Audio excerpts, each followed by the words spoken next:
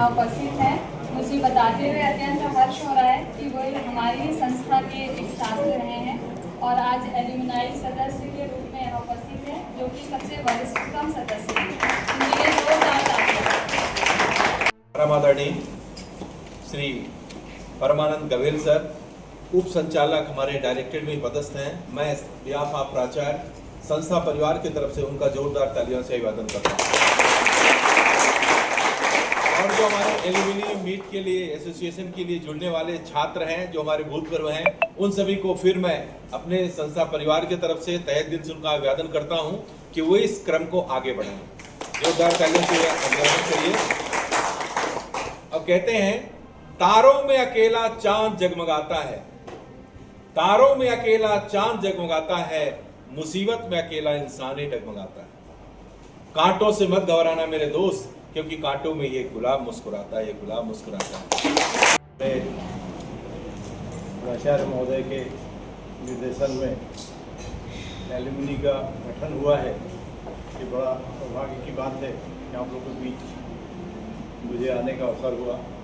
मैं अपने विभाग के उप संचालक की हैसियत से नहीं आया हूँ, आपके पुराने छात्र प्रशिक्षार्थी के रूप में आया हूँ। मैं उसी इलाज में आपकी बात करने की आवश्यकता है। आप लोगों ने यहाँ पर एक बैनर लगाया है, हुनर से होगा देश का निर्माण। तो वास्तव में नमस्ते, यहाँ पे जो भी उपस्थित है सभी को। मेरा फर्स्ट टाइम वैसे यहाँ पे सबके सामने बोलना, तो थोड़ी गलती तो माफ कीजिएगा। मेरा नाम योगिता टोंडरे है। मैं जस्ट 12th के बाद ITI में एडमिशन ली थी। मैं पास आउट हुई थी 12th 2017 में और ITI का एडमिशन ली थी 2018 में। जैसा अवस्थी मैम बोल रही है, उनके टाइम पर स्टेनो में कोई टीचर्स नहीं थे। हम बहुत ही ब्लेस्ड थे कि हमारे पास दो टीचर थे। हमारे पास शिवला मैम और एक शशांक सर, दोनों थे। दोनों ने बहुत अच्छा पढ़ाया था हम लोगों को। मतलब हमारी स्किल, मैं भी office of the principal accountant general Raipur, जिसे महालेखाकार ऑफिस कहते हैं, वहाँ पे हूँ स्टेनो ग्रेड 2 पर। तो अब जब यहाँ से स्किल लेकर जाते हैं ना, तो रायपुर का रहने वाला हूँ। यहाँ से मैं ITI किया हूँ 2011 से 2013 बैच में, जिसमें मैं RSC में था। RSC मेरा फील्ड था, बट यहाँ आने से पहले मैं बिल्कुल ज़ीरो था। ITI के बारे में भी मेरे को नॉलेज नहीं थी पहले। यहाँ आने के बाद मेरे को अच्छी शिक्षा मिली। और दूसरी चीज़, यहाँ से मतलब जब मैं आया था उस टाइम, सर को भी पता है, उस टाइम RSC में कोई टीचर नहीं था। फिर भी हम कॉलेज आते रहे, निरंतर प्रयास करते रहे कि आगे बढ़ें आगे बढ़ें। आगे जाके मतलब यहाँ से निकलने के बाद हमको रियलाइज़ हुआ कि यहाँ क्या सीखें।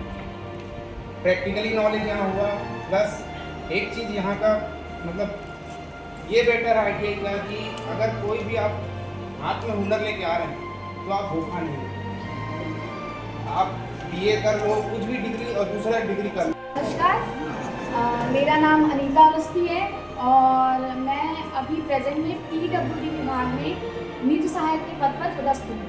मैंने सन 2010 में स्टेनो ट्रेड से स्टेनोग्राफर की यहाँ से डिग्री ली और बदकिस्मती ये थी कि हमारे पास कोई भी टीचर नहीं थे।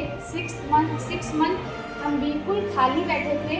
उसके बाद शिमला जोशी मैडम आए हमारे यहाँ, उनकी पोस्टिंग हुई और जो 1 साल का कोर्स था उसे हमने 6 महीने में कंप्लीट किया।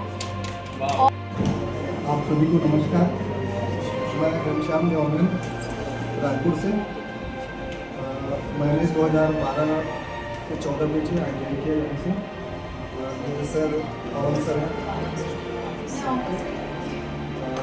ITI करने के बाद मैं करीब 5 से 6 साल जॉब किया हूँ और जॉब करने के बाद अभी रिसेंटली 1 साल से मैं अपना खुद का काम कर रहा हूँ।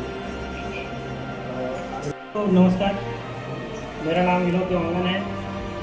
मैं 2016 से 18 में ITI पास किया हूँ और अभी प्राइवेट जॉब मतलब सेल्फ एम्प्लॉय हूँ। मैं 3-4 लड़के मेरे अंदर काम करते हैं, AC का काम करता हूँ।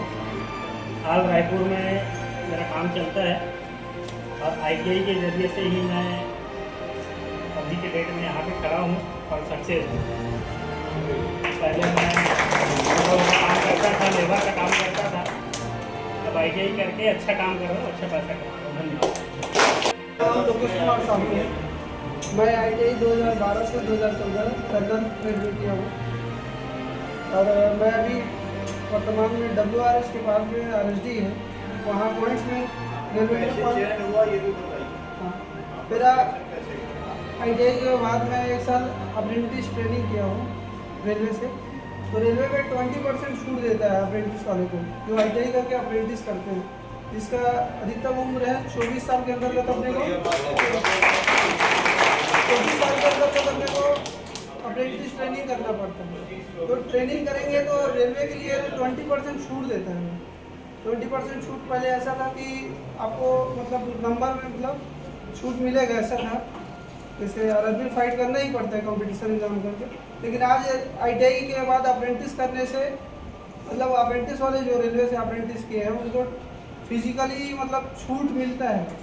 ना 35 किलो उठा के दौड़ना पड़ता है, ना 1 किलोमीटर दौड़ना पड़ता है 4 मिनट 15 सेकंड, उसको छूट दे दिया गया है। तो ITI करने के बाद अप्रेंटिस करेंगे तो अगर रेलवे फाइट करते हैं तो 20% छूट मिलता है। तो एक बहुत अच्छा मतलब ऑप्शन मिलता है कि रेलवे में गवर्नमेंट जॉब में हो या फिर है ना तैयारी करने का, बहुत रेलवे में जॉब करने का बहुत अच्छा अवसर प्राप्त होता है।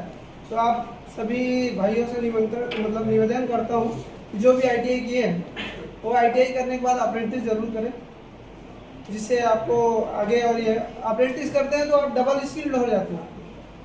ITI करते हैं तो आप स्किल्ड हैं और अप्रेंटिस होता है तो डबल स्किल्ड कहलाते हैं, मतलब कुशल कारीगर हो। गुरुजनों को मेरा प्रणाम। सभी मित्रों को नमस्कार। मेरा नाम वसु कुमार हरवंश है। मैं अभी GST डिपार्टमेंट महासमुंद में AG2 के पद पर कार्यरत हूँ और मेरा ITI कोपा किया हूँ 2009-10 में पास आउट हूँ।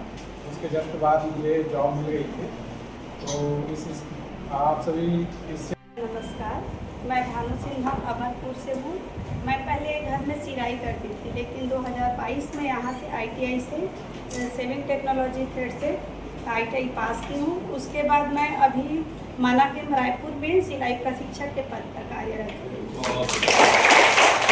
है मैंने 2009-10 में ITI से कोपा पास आउट किया, 10-11 में स्टेनोग्राफी पास आउट किया। वर्तमान में मैं आबकारी विभाग में आबकारी उपनिरीक्षक के पद पर पदस्थ हूँ। सभी को मेरा नमस्कार। बहुत बहुत धन्यवाद सर, मुझे इस मंच पर 2 शब्द बोलने का अवसर प्रदान किया। मेरे लिए सौभाग्य की बात है यहाँ पर उपस्थित उप संचालक महोदय, आचार्य महोदय, प्रशिक्षण अधिकारी एवं समस्त स्टाफ, साथ में जो भी एलुमनी के सदस्य आए हैं उनको भी मेरा नमस्कार। मैं महेंद्र सिंह ध्रुव वर्तमान में अभी यहीं पे पोस्टेड हूँ। मेरी पढ़ाई 2007-8 में एल्डर ट्रेड में यहीं पे हुई थी, श्यामनगर पर। उसके लिए मुझे प्रेरित किया था मेरे पापा ने, मेरी सिस्टर ने। मेरी सिस्टर भी यहीं पे मेहमान वक्त में थी, मेरे पापा भी इसी फील्ड में थे, यहीं पे जॉब में थे। 2021 में पास हुई। उसके बाद जस्ट रिजल्ट आने के बाद मैं दुकान डाली, सिलाई का दुकान चला रही हूँ। पहले तो शुरू में बहुत मतलब मेहनत की, सुबह 8-9 बजे से दुकान खोलती थी, 10-11 बजे तक पूरा बैठे रहते। पहले अकेला पूरा दुकान जमाए पापा के साथ मिलके, फिर आज क्या हो गया कि जो 3-4 लोग को काम मिलता है। योगेश्वर कुमार वर्मा। मैं महासमुंद में CMHO ऑफिस में स्टेनो टाइपिस्ट के पद में कार्यरत हूँ। मैं यहाँ से 2010-11 बैच में शिमला मैडम के रहते मैं यहाँ से ITI करके गया। मैं जब यहाँ से गया, सबसे पहले जो स्कूल है सरकारी स्कूल से मेरा 12th पास आउट हुई हूँ और एक्चुअली में मैं बायो लेके पढ़ी थी, तो मेरा बनने का था डॉक्टर। बायो लेके पढ़ी तो उसके बाद फिर मेरा पॉलिटेक्निक में सिलेक्शन हुआ, तो मैं मैकेनिकल से डिप्लोमा की हूँ। डिप्लोमा करके जस्ट आई हूँ और मेरा यहाँ कोपा में ITI में एडमिशन हो गया था। तो फिर 2002 में ITI में मैं यहीं जो श्यामनगर में ITI था, वहाँ मैंने कोपा ट्रेड से ITI किया है। और करने के पश्चात फिर इसी विभाग में जो रोजगार एवं प्रशिक्षण, सबसे पहले तकनीकी शिक्षा था। तकनीकी शिक्षा रोजगार एवं प्रशिक्षण हमारा एक ही डिपार्टमेंट है, जिनके डायरेक्टर सर एक ही है। तो पहले मेरा तकनीकी शिक्षा में डाटा एंट्री ऑपरेटर में संविदा के पद पर मैं 3 साल जॉब की। वहीं रहते रहते मैंने रोजगार एवं प्रशिक्षण में डाटा एंट्री ऑपरेटर के पद पे रेगुलर नियुक्ति के लिए फॉर्म फिलअप की और रेगुलर मैं डाटा एंट्री ऑपरेटर वहाँ भी मैं 3 साल रही हूँ इसी विभाग में। और डाटा एंट्री ऑपरेटर रहते रहते ये जब ट्रेनिंग ऑफिसर का खुला तो जो डिप्लोमा की मतलब पढ़ाई जो करते हैं ना फ्यूचर में कभी भी जाया नहीं जाता, कभी न कभी इन फ्यूचर जो ज्ञान है जो सर्टिफिकेट है वो हमको कहीं ना कहीं उस मुकाम पर ले आता है। तो मेरा ITI तो कोपा से जो की हूँ वो बाद में हुआ था, डिप्लोमा मैंने पहले किया हुआ था। तो जो डिप्लोमा बेस से मैं अभी ट्रेनिंग ऑफिसर मशीनिस्ट ट्रेड में मैं यहाँ ट्रेनिंग ऑफिसर के पद पे पदस्थ हूँ। घनश्याम यादव, योगेश कुमार निराला,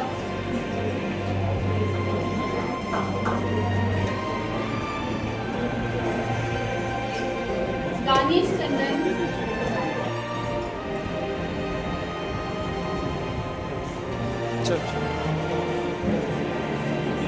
सबके हाथ में वो ऐसे पकड़ना है, खिलाड़ियों को पता है कैसे